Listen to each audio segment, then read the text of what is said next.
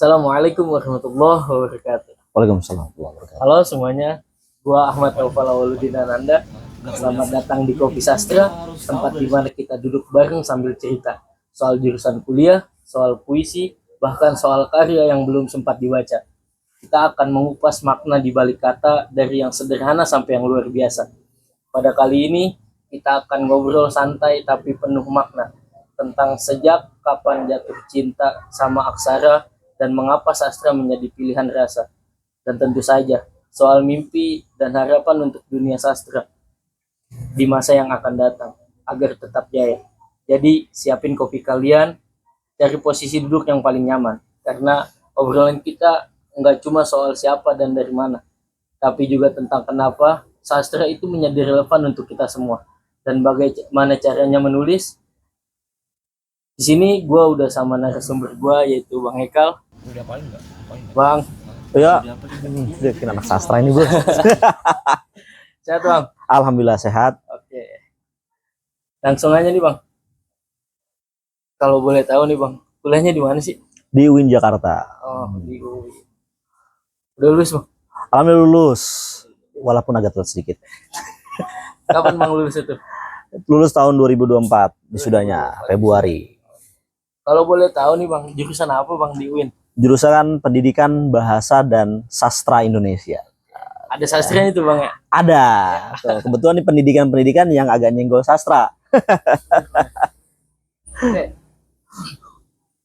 Sejak kapan sih Bang? Ini kan kita ngomongin soal sastra. Sejak kapan nih Bang Hekal ini tertarik sama sastra? Oke. Kalau secara historikal ya, kalau kita lihat kan mungkin kita sama-sama dari pesantren ya. Iya. Yang mana buku itu buku khususnya novel itu menjadi barang ilegal ya kan, betul ya, barang ilegal itu ya, pengalaman saya ya di pondok saya itu menjadi barang ilegal. Kita kayaknya baca hampir jarang banget, bahkan sering disita ya kan ya, sering banget itu disita, Diambil mulu itu parah banget kan. Jadi kalau ditanya kapan sih mulai mencintai sastra, ya ketika masuk kuliah, karena dunia sastra itu akhirnya terbuka itu di dunia kuliah. Justru dulu ya kita mikir novel ya, puisi dan sebagainya, apa sih dampaknya buat kita ya kan. Sedangkan pas kita di pondok itu kita dicekokin ya, ilmu alat, ilmu ini ya kan, karena itu yang penting buat kehidupan. Dan ternyata ketika masuk di kuliah ya, perkuliahan khusus di UIN Jakarta, kita sadar ternyata bahwa karya sastra itu bukan hanya sekedar hiburan bacaan. Ternyata di situ ada gambaran-gambaran besar yang bisa jadi pelajaran buat diri kita juga gitu. Contohnya gimana tuh Bang gambarannya? Karena ketika kita membaca karya sastra, khususnya novel dan sebagainya, kita itu seperti menyelami pikiran seseorang, pikiran penulis. Jadi secara nggak langsung, pengalaman yang tidak pernah kita rasakan itu yang menjadi daya tarik khusus. Karena sastra itu kan pengalaman orang ya kan, yang dituliskan.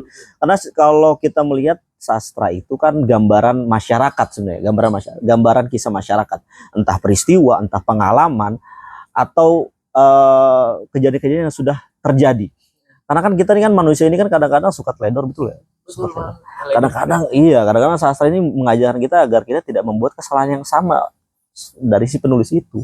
Ya, jadi pelajaran besarnya emang pelajaran buat kehidupan juga sih. Ya, kita udah berkhayal tuh, udah jadi ini mah udah jadi hidup kita gitu. Itu dia.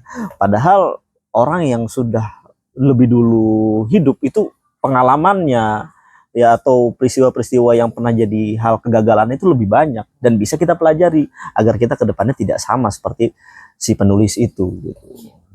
Oke Bang, nih buat selanjutnya, sebagai penikmat sastra Bang, karya seperti apa sih Bang yang Bang Haikal sukain banget nih, yang jadi favorit Bang Haikal banget? Sebenarnya kalau dulu kan kita di pondok sukanya novel-novel kisah romantis ya. Wah, romantis ya kan, dikit-dikit percintaan, Dilan ya kan, gitu-gitu kan. Mungkin karena dulu saya punya dosen itu kan perempuan ya. Jadi isu yang diangkat di perkuliahan, khususnya waktu itu di kajian prosa kita ada pelajaran kajian prosa. Hampir sekitar 80% itu novel yang kita kaji itu lebih ke arah isu-isu perempuan, feminisme.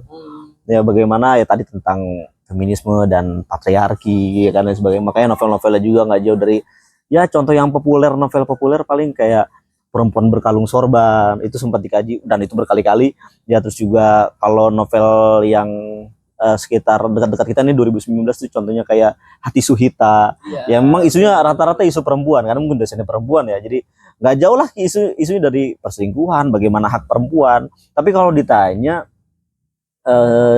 apa sih genre yang suka, ya genre yang disuka ya memang genre yang disuka sih lebih ke komedi ya, tapi memang ada isu-isunya, lebih ke arah isunya, isu apa yang mau dibawa, apalagi isu politik ya. Contohnya kalau yang bener saya suka sampai sekarang gitu ya, itu karyanya Eka Kurniawan. Wah, Eka Kurniawan ya, Tahu. ya yang karya populernya itu itu kan ya. Walaupun memang dia cerita secara gamblang ya, dengan bahasa yang dia yang apa adanya, yang memang sebenarnya dalam dosen saya pernah berkata ya, vulgar dalam sastra itu ya, jadi vulgar itu bukan bahasa, justru pikiran orangnya. Jadi bahasa vulgar yang dipakai oleh Eka Kurniawan dalam karyanya itu justru memang untuk hiburan, bukan berarti untuk kita berpikir jorok gitu kan. Tapi itu menariknya ya, dengan isu yang begitu padat, apalagi ini isu di tahun 90-an rata-rata ya kalau nggak salah itu ya, kisah-kisah yang diangkat oleh Eka Kurniawan, contoh kayak seperti Dendam. Kalau cerpennya yang saya suka itu Corak-Corik Toilet atau Cinta Tak Ada Mati. Nah itu isu-isunya ya isu-isu pasca kemerdekaan, dan itu oke banget itu. Dan itu emang salah satu ya mungkin sastrawan pertama lah ya, di favorit ya mungkin dia itu kalau ditanya. Dan emang isunya selain menghibur ada gitu, kita bisa melihat peristiwa-peristiwa di masa lalu walaupun memang dibungkus dengan cerita-cerita fiksi. Tapi saya yakin walaupun itu cerita fiksi, itu ada kejadian nyatanya. Saya yakin 100% itu ya. Nih, sebutin Bang Haikal satu karyanya Eka Kurniawan yang paling Bang Haikal suka banget. Suka banget ya. Ini nggak harus novel ya. Enggak harus novel. Kalau suka banget sih Corak-Corik Toilet. Ya, itu ada beberapa 12 sampai 11 cerpen, itu 11 cerpennya oke semua. Ya, itu oke semua. Kalau novel ya karena waktu itu sempat baca dan emang kita agak menggelak tawa gitu ya. Novel itu paling yang seperti Dendam, Indus Biar Tuntas, yang kedua Cantik Itu Luka. Ya, itu isu perempuan juga tuh, isu perempuan. Dan wah, itu bener-bener apa ya, membuka mata kita tentang perempuan juga itu kan. Tapi dibungkus dengan komedi itu kan. Pasti full ketawa itu kalau baca, itu rekomendasi sih. Kalau novel tadi 2 itu, kalau cerpen Corak-Corik Toilet itu ringan dan isunya banyak lah, dari isu politik, isu percintaan, isu tentang laki-laki, tentang dunia kampus juga ada. Itu di cerpennya yang Kandang Babi itu. Nah, itu salah satu favorit juga itu ya. Kita hampir baca tuh hampir ketawa semua itu. Oke nih Bang Haikal, lanjut ke pertanyaan selanjutnya yang saya mau tanyain ke Bang Haikal. Untuk karya sastra sendiri nih Bang Haikal, ada nggak sih Bang yang jadi konsumsi pribadi ataupun yang udah dipublish gitu dari Bang Haikalnya sendiri? Kalau untuk produksi tadi kayak buat buku ya? Iya. Kalau buat sih belum ya. Wacana mah udah ada gitu ya. Cuma kita tadi ya manage waktunya yang memang agak sulit gitu. Karena kan ya tadi buku itu kan bukan hanya sekedar kita tulis dan jadi, tapi memang hasil dari buah peristiwa dan pikiran kita yang kita satukan, kita tuangkan, yang memang di situ tuh ada perasaan. Karena itu akan masuk kepada pembaca. Karena secara nggak langsung pengalaman kita kan masuk ke si pembaca itu. Ya kan, dan itu memang agak sulit. Ini lagi cari, sebenarnya ide banyak gitu, cuma memang belum mencoba merumuskan menjadi satu hal isu, karena pengen bikin novel itu ada hal yang bisa dipelajari, mau hal peristiwa ataupun pengalaman pribadi gitu pengennya. Tapi kalau secara pengkajian sastra ya udah ada beberapa publis bareng-bareng sih itu sama teman-teman ya. Contohnya kayak waktu Perempuan Berkalung Sorban itu udah sempat kita analisis bersama tentang feminisme juga, bagaimana perempuan di mata agama gitu ya, karena kan itu cerita tentang pondok juga, tentang agama, itu juga udah masuk. Juga sempat membandingkan juga ya tentang novel persamaan ya, novel Dawuk dan Cantik Itu Luka, karena kita di situ konteksnya sama-sama orang jelek ya. Kalau Cantik Itu Luka yang jeleknya perempuan ya kan, kalau Dawuk itu yang jeleknya laki-laki. Ya kan, sebenarnya hampir mirip, kisahnya sama-sama tragis, cuma tadi dengan sudut pandang orang yang berbeda, perempuan laki-laki gitu. Dan itu udah sempat kita tuliskan di jurnal ya, paling ke jurnal, cuma itu tulisan bersama gitu, itu analisis tulisan bersama. Oke, nih Bang Haikal, Untuk sekarang nih Bang Haikal, menurut Bang Haikal sendiri, sebenarnya itu sastra Indonesia itu masih relevan nggak sih untuk anak muda nih di zaman sekarang nih, apalagi yang Gen Z, Alpha kayak gitu Bang Haikal. Sebenarnya kalau ditanya sastra itu relevan apa enggak, harusnya selalu relevan sih setiap zaman.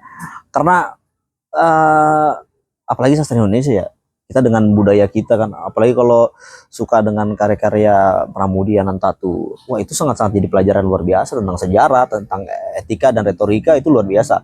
Kalau misalnya kita juga, kalau emang yang pengen yang sifatnya sastra serius ya, itu buat kepemikiran Gen Z khususnya luar biasa. Karena kalau kita baca, bukannya kita menganggap novel-novel lain nggak serius ya, yang tahun-tahun sekarang masih banyak kok yang serius ya, tapi coba kita lihat novel-novel yang di tahun 90-an atau di 2000 awal itu mengangkat isunya luar biasa.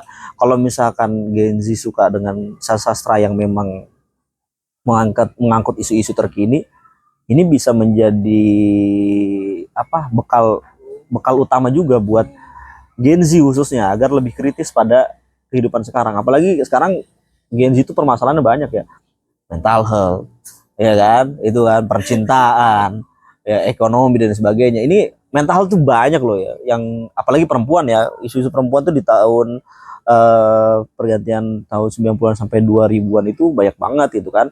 Nah, itu luar biasa gitu. Jadi kalau ditanya relevan, harusnya masih relevan. Karena sastra Indonesia itu adalah bagian budaya kita. Secara nggak langsung komoditas masyarakat itu pasti diceritakan gitu kan di dalam sastra Indonesia, ya kan, di dalam sastra Indonesia inilah buat anak Gen Z itu. Justru harusnya kita lebih antusias. Walaupun sekarang ya kalau kita ngelihat antusias literasi sekarang anak-anak itu menurun. Ya, sangat menurun drastis. Padahal kalau mau meningkatkan literasi ya kita mulai dari yang hiburan-hiburan dulu aja. Jujur dulu saya suka sastra ya mulainya dari sastra yang nggak serius dulu gitu. Ya kayak tadi Eka Kurniawan dan sebagainya gitu. Itu kenapa jadi memorable ya? Karena itu pertama kalinya yang bikin saya tergoyah untuk suka dengan sastra. Karena kalau ngeliat di perkuliahan ya, judul-judulnya berat-berat semua. Ya kayak novel ateis tahu, punya Adiat Kamiharja itu berat banget. Ya kan, isunya berat, ya kan, itu berat banget juga buat dijelasin karya-karyanya. Terus juga waktu itu cerpen juga yang Dilarang Mencintai Bunga-Bunga itu juga berat juga pembahasannya. Mungkin untuk Gen Z agak-agak ribet gitu. Tapi kan kalau sekarang nih ngambil isu yang tahun 2000-an aja ya, kayak perempuan berkalung sorban yang udah mulai relevan bahasanya dengan kita, itu wah enak banget buat dikaji. Ya, kalau mau mulai saran saya sih mulai dari yang hiburan-hiburan dulu aja. Tadi untuk memunculkan daya pikir kritis. Justru baca sastra itu memunculkan daya pikir kritis. Karena saya yakin orang yang bikin karya sastra itu nggak mungkin nggak kritis. Karena pasti dia kritis dong, dia mengkritisi hidupnya sendiri, ya kan? Agar orang lain tidak sama kehidupannya dengan dia. Ataupun ada pengen mempengaruhi orang lain agar kehidupannya sama. Kalau ceritanya bagus, ya kan? Kalau happy ending, tapi kalau bad ending kan pengen orang tidak sama gitu kan ceritanya gitu kan. Seperti itu. Oke Bang Haikal, untuk penulis sendiri nih Bang Haikal, siapa nih Bang Haikal penulis Indonesia yang jadi panutan Bang Haikal banget buat Bang Haikal jadiin inspirasi misalkan buat nulis? Oh. Kalau untuk pengangkatan isu pasti ya Eka Kurniawan. Tapi kalau mau sisi permainan alur cerita ya ke Raditya Dika sih. Karena lebih santai.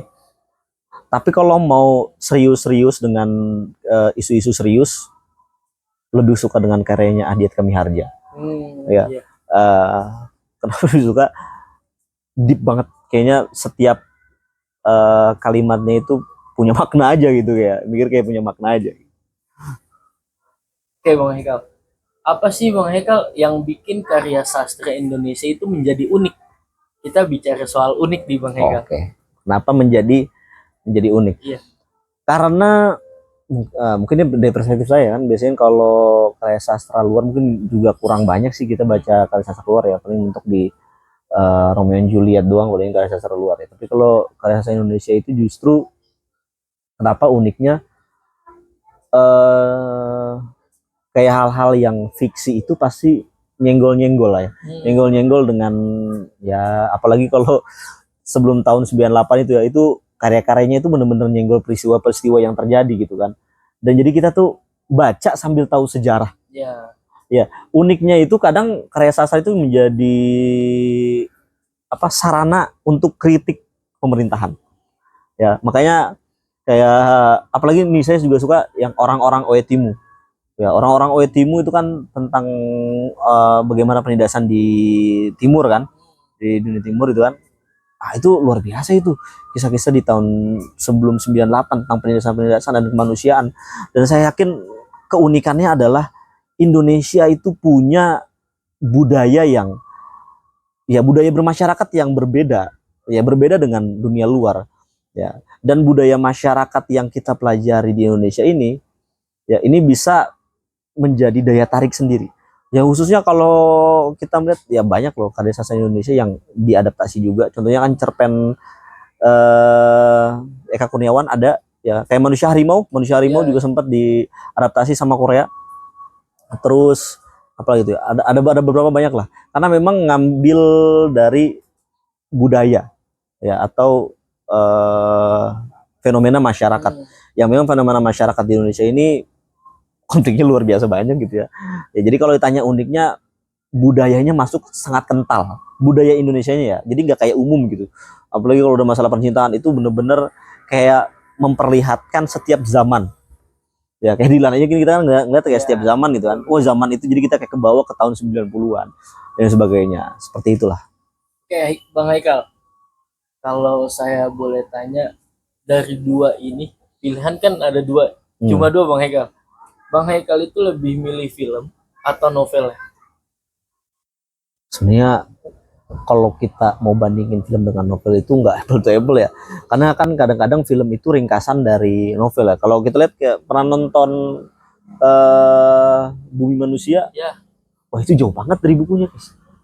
Ya, jadi kalau emang mau pembahasan isu, ya lebih ke novel. Kalau jujur saya lebih ke novel karena lebih lebih detail, penggambarannya lebih detail. Kalau film itu lebih ke apa ya, visualisasi aja, kayak hiburan aja. Tapi kalau ditanya mau memahami lebih mudah, ya pasti lebih mudah film, karena kita dilihatkan secara visual, ya kan. Sedangkan novel, ya, kita nggak ada secara visual, kita justru berpikir mengolah setiap kata yang kita baca dan kita menggambarkan dengan imajinasi kita. Tapi kalau ditanya tentang kalau kita mau bahas isu enaknya dari mana sih, pasti dari novel. Ya, tapi kalau nanya kalau lebih terhibur dari mana sih, pasti dari film. Ya, kayak Bumi Manusia, terus juga kemarin saya udah nonton juga yang seperti Dendam Bila Sebelum Tuntas. Itu kan di filmnya saya malah bingung, ini alurnya kemana ini. Ya, karena ya kan kita bisa lihat kalau baca novelnya sendiri kan agak begitu ya kan. Ditambah dibikin film juga jadi, kok jadi alurnya kayak ada yang hilang, ada yang jadinya kayak nggak nyambung, kayak banyak dipotong dan sebagainya. Jadi sebenarnya ada plus minus ya. Tapi kalau buat hiburan emang rekomendasi ke film. Tapi kalau emang kita mau melihat lebih dalam isu apa yang dibawa, novelnya sih. Ya. Oke, Bang Haikal, dua pertanyaan terakhir. Ada nggak sih pesan-pesan nih buat Gen Z, Gen Alpha yang mau mulai baca, yang mau mulai nulis kayak gitu, Bang Haikal? Pesan-pesannya aja ini. Oke. Pesan saya sih, walaupun saya belum jadi penulis sih, tapi saya berpesan aja gitu ya. Berpesan mungkin dari yang membaca dulu ya. Coba mulailah baca dari novelet lah. Novelet itu yang lebih simpel ya, novel yang lebih simpel, dari novelet yang memang sesuai dengan genrenya dulu. Ya, dengan genre kamu apa sih gitu kan. Biasanya ada yang suka komedi, ada yang suka romance dan lain sebagainya, atau memulai dari film juga bisa. Ya, biasanya kan orang tertarik dari film, oh ternyata ini film ada novelnya, akhirnya baca novelnya. Ya kan, bisa mulai. Ya, jadi pelan-pelan. Jadi menurut saya baca itu bukan bakat, tapi minat. Ya, jadi nggak ada orang yang dilahirkan tanpa bisa baca, pasti bisa baca. Ya kan, orang buta aja masih bisa baca kan, ya kan ini kan. Jadi kalau buat temen-temen jangan menganggap saya emang nggak bakat baca, bukan nggak bakat baca, cuma nggak minat. Dan minat itu dibentuk, niat ya kan, minat itu dibentuk. Ya, mulailah dari hal-hal yang kecil aja dulu, ya, novelet atau cerpen ya kan, yang sekali baca kita bisa selesai. Yang paling cuma 5-6 halaman. Tadi sarannya bisa novel Eka Kurniawan tuh lumayan menghibur. Ya, dari pelan-pelan juga lama-lama bisa meningkat gitu ya, mulai suka dan tertarik dengan dengan sastra. Dan balik lagi, kalau kita mau lebih memperkuat lagi tadi tentang sastra, habis baca itu jangan kita ganti buku, diskusikan. Iya. Dia pasti banyak lah forum-forum di internet, atau misalkan punya temen yang juga baca novel, itu diskusi. Biar apa? Biar hal yang kita baca itu lebih melekat. Ya, biar hal yang kita baca itu punya intisari yang benar-benar bisa kita jadikan pelajaran buat hidup ini. Nah, yang kedua untuk kepenulisan. Saya pernah dapat pesan dari guru saya. Wala tamutuna illa wa antum katibun. Ya, janganlah engkau mati sebelum engkau jadi penulis. Karena kalau ditanya manusia itu meninggalkan apa sih? Manusia itu meninggalkan karya. Ya, gajah mungkin meninggalkan gadingnya ya kan, harimau meninggalkan kulitnya, tapi manusia itu meninggalkan karya. Karena tubuh kita ini ketika udah mati udah gak ada gunanya. Tapi karya kita walaupun kita mati udah ratusan tahun dan sebagainya, ya, kita bisa lihat William Shakespeare, ya kan? Itu buku dari tahun berapa itu? Ya kan? Romeo and Juliet dari tahun kapan? Tapi orang bisa kenal sampai hari ini. Iya betul. Iya kan? Itu bukan dari jasadnya dia, bahkan saya sendiri nggak tahu William Shakespeare itu bentuknya kayak apa. Ya, bentuknya kayak apa, dia ngomongnya kayak gimana, puitisnya seperti apa, kita nggak tahu. Tapi yang kita tahu bahwa dia pencipta Romeo and Juliet. Ya. Jadi minimal kita harus menulis. Ya, menulis. Ya, hidup kita yang singkat ini harus kita sempatkan untuk menulis. Ya, karena itu yang kita tinggalkan cuma itu, karya. Mungkin ada banyak ya, bisa karya tentang ilmu ya kan, ilmu. Tapi kan ilmu yang tidak dituliskan itu lama-lama akan menghilang. Tapi kalau yang dituliskan itu pasti akan terus terbaca. Iya. Contohnya kalau kita lihat kan puisi terlama yang Epic of Gilgamesh itu kan dari zaman Babilonia ya kan. Sampai sekarang masih ada orang yang meneliti tentang Epic of Gilgamesh ya kan. Berarti itu bukti bahwa manusia itu meninggalkan karya. Ya, tidak meninggalkan apapun. Ya, mungkin kesan bisa, tapi kesan itu kan nanti mentok sampai siapa? Mungkin saya punya kesan dengan novel. Ya, belum tentu kesan itu nanti sampai ke anaknya novel atau ke cucunya, belum tentu. Tapi kalau tulisan, hari ini saya menulis bisa ke novel, bisa ke anaknya, cucu dan sebagainya, bahkan 100 tahun kemudian itu masih bisa kalau memang tulisan itu menarik. Seperti itu. Oke, terakhir Bang Haikal. Dari Bang Haikal sendiri nih, apa harapannya ke depan untuk dunia sastra Indonesia? Harapannya ya ke depan gitu ya. Mungkin kalau dilihat, saya juga masih banyak kekurangan di dunia sastra ya. Tapi menurut pandangan saya, mudah-mudahan ya dunia sastra ini tidak lagi dikesampingkan, ya, justru diutamakan. Karena budaya-budaya kita ini wajib sekali tuliskan. Budaya masyarakat kita ini wajib sekali dituliskan. Bahkan harus bisa go internasional. Jarang sekali film-film internasional itu mengangkat isu-isu Indonesia. Mungkin karena karya sastranya kurang terkenal. Karya sastranya kurang dikenalkan. Atau kurang disebarluaskan lewat media sosial dan sebagainya. Karena mungkin kajian-kajiannya yang kurang. Ya kan? Jadi harapannya ya karya sastra harus disupport habis-habisan lah. Ya, harus disupport habis-habisan. Ya, mau ya kalau kita ngelihat Finlandia itu kan dia perpustakaannya luar biasa banyak ya kan. Perpustakaannya hampir sama kayak pom bensin gitu ya. Ya, banyak sekali. Dan minat bacanya juga luar biasa. Bahkan di sana sudah ada terbiasa orang tua itu mendongengkan sastra-sastra di sana kepada anak-anak. Ya. Nah, kapan Indonesia ini bisa memperkenalkan sastranya kepada anaknya sendiri? Karena itu yang kita wariskan. Jangan sampai sastra kita ini nggak diwariskan gitu kan. Dan ini yang berbahaya menurutku. Jadi harapannya coba sastra Indonesia ini yang memang mengangkut banyak isu-isu tentang budaya itu lebih di apa? Kalau bisa semuanya dibikin film lah yang punya isu-isu seperti itu. Mungkin takutnya orang nggak minat baca gitu ya. Jarang minat baca, mungkin dari film tertarik untuk membaca. Seperti itu. Oke, Bang Haikal, terima kasih atas waktunya. Siap. Semoga Bang Haikal sehat. Amin. Lancar terus semuanya. Siap. Oke, teman-teman semuanya, berakhirlah sudah podcast kita. Podcast ya Bang? Podcast sih kan? Podcast apa ini? Podcast Kopi dan Sastra. Kopi dan Sastra. Sampai jumpa di lain waktu. Saya Ahmad Naufal, ini Bang Haikal. Wassalamualaikum warahmatullahi wabarakatuh.